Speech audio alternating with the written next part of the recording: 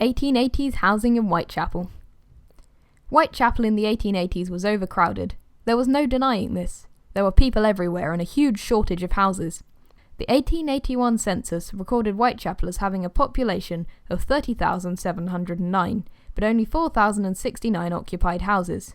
If you do the maths, as in 30,709 divided by 4,069, you get 7.547063165.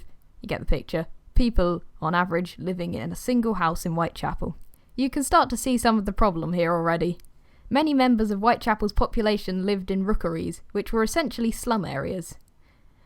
Houses in rookeries were divided into apartments, and in the worst cases, up to 30 people could share just one single apartment. So you can really see the problem. Many had no other choice but to do their sleeping in lodging houses, which essentially provided them with a bed for the night. Conditions in these lodging houses were rough, and on top of that, sleeping there was often done in 3 8-hour shifts in order to allow the maximum number of people to sleep there. In 1875, the Artisans Dwelling Act was passed. This act hoped to improve conditions for those living in poverty-stricken areas such as Whitechapel. The act made house owners responsible for keeping their properties in shape and allowing local authorities the right to buy and demolish slums if the living conditions there were not up to standard with guidelines.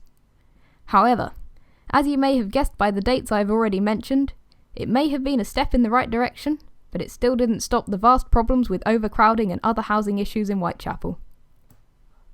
But wait, there's still more issues. The prevailing wind, little bit of geography for you there, brought pollution created by factories in East London over to Whitechapel. Pollution in Whitechapel was so bad, at times you couldn't even see your own hand if you held it in front of your face.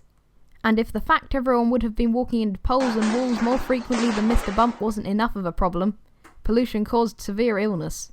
Which leads me on to the next problem, sanitation. Sanitation in 1880s Whitechapel was terrible. Absolutely awful. Open sewers ran into the streets, there was terrible pollution, and there was little access to clean, healthy drinking water. It really wasn't very hard to get ill.